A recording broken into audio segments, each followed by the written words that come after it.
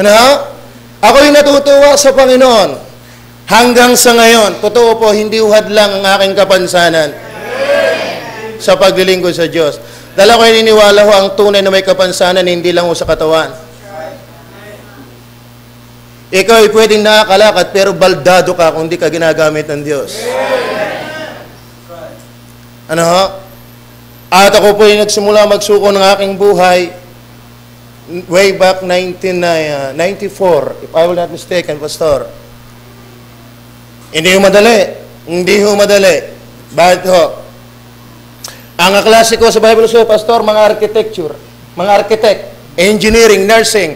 Ako naman hindi pa tapos ang grade 1. Nakakatuwa, nungungupya pa sa akin. May ganakagay yun. Ano? May ganang pagdating sa Bible School, nangungupya pa. Ha? Sa totoo, nakakatuwa po ang biyaya ng Panginoon. Ako po ay talagang, ako'y inunawa sa Bible School. Andun po yung talaga yung desire na maglingkod sa Diyos. Ako'y involved sa pag-awit sa Panginoon, sa pagpapapit, sa pagbabible study. Hanggang ako'y nakatulong din ng isang mission dati. Ngayon ang pinagpapastoran ni Pastor Michael Burigas. Ako po isang taon kalahati rin doon. Na-train po ako sa biyaya ng Panginoon. Tapos nung ako'y makagraduate ng Bible School, bigla ako'y inip na inip. Ako'y inip na inip po. Sabi ko, ako ba'y nakagraduate para gumaraduate lang? Hanggang sa ako'y dinala ng Panginoon doon sa Taysa na ayaw ko naman. Sapagkat minsan nung ako'y naisama ng dating leader doon, yun ay outreach pa lang. Isinama akong tumulog doon, ano kang lungkot din eh. Sabi ko, dito ako'y lumpo na, mamamatay pa. Ano? Sa madalit sabi nung ako'y isama ni Brother Bobby, Jordan po ang pangalan niya. Hindi ko siya basketballista na kilala natin, pero magaling din mag-basketball. Jordan eh. Ano? Siya ay isinama niya ako, sabi, Brad, ikaw ay nagkaka-teacher, ikaw ay nakakalakad, ikaw ay kikita, ikaw ay pastor, pwede kang mag-mission, pwede kang gamitan ng Diyos. Huwag kang magtigil dito, walang mangyayari din eh. Pinulaan ko lang ang kainain namang pula yung taong yon. Yung pala may doon ako dadalhin. Ang Panginoon, hihihiyain ka talaga eh. Ano? At ako ay nag-mission doon sa madalit sabi baga, to make the story short long. Ano? Ay puno ho ng luha at hapis. Ano? Siya po ang aking mga katulong doon. Sila po ang pioneering. Si Brother Albert, wala akong kakupas-kupas. Buhat na madat ngan ko ay naglilingkod hanggang ay naglilingkod pa rin. Kaya naman ho siya pinagpala ng Panginoong magandang asawa. Yun nga ang aking pinagtataka doon eh. Mas naglilingkod naman ako sa kanya.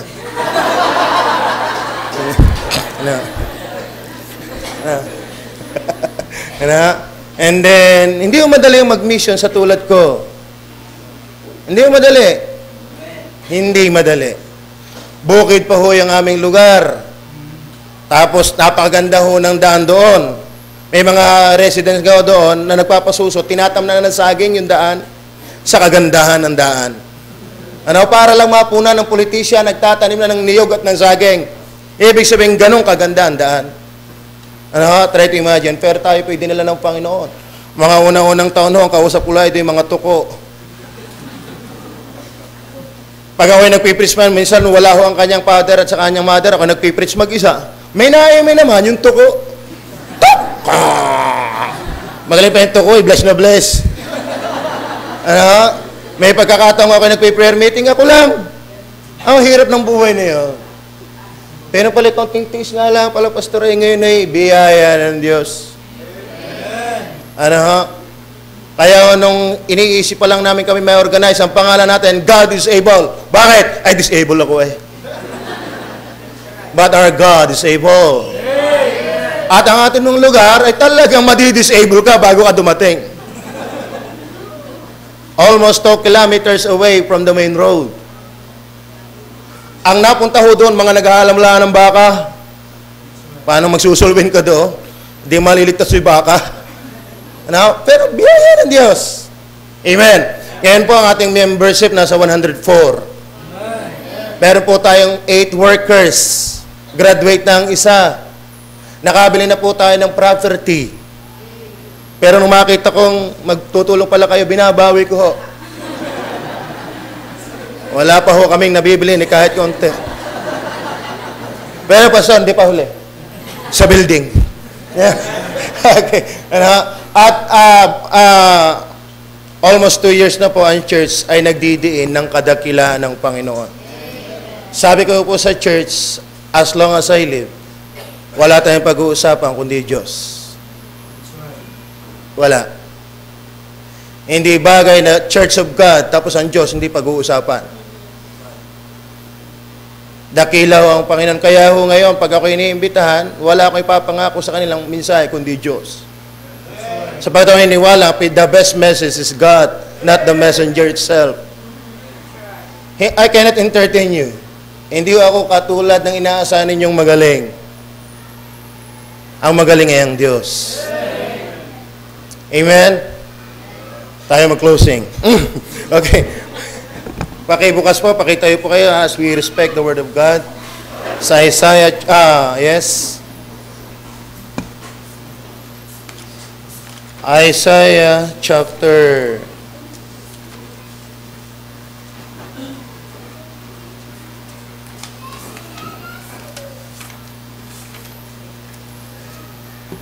40 verse 3 hanggang 5.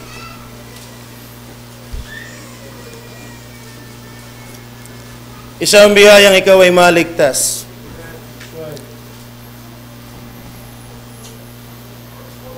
Wala na pong dadakila na hindi mo dinadayang ikaw ay ligtas. 40 verse 3 hanggang 5. Basahin po natin sabay-sabay. Basa. The voice of him that crieth in the wilderness, prepare ye the way of the Lord. Make straight in the desert a highway for our God. Every valley shall be exalted, and every mountain and hill shall be made low, and the crook shall be made straight, and the rough places plain. And the glory of the Lord shall be revealed, and all flesh shall see it together. For the mouth of the Lord hath spoken it. Tayo po'y mag-pray. Amang banal sa langit, walang segundo ng aming buhay na hindi mo batid. Ang kaloob-looban ng aming puso't isipan ay pawang lantad sa iyong paningin. That's why we have nothing to boast. Only by your grace and mercy we can stand, we can serve, we can worship. So please, patawarin niyo po kami sa aming maraming mga kakulangan. Lugong butas, likha ng aming mga kahinaan, ay amin pong pinauhugasan at pinapapasakan sa iyong mayamang kaunawaan at kapangyarihan ng dugo ng Panginoong Hesus. At nawa, O Diyos, ang Banal na Espiritu ay mahabag sa amin. Gamitin niyo po ang walang kabuluhang lingkod na ito. Naligtas lang sa iyong biyaya. Kahabagan mo kami, pangasiwaan mo kami, kilusin mo kami. Sa pangalan ng Panginoong Hesus, ito po ang aming dalangin. Amen. At amen.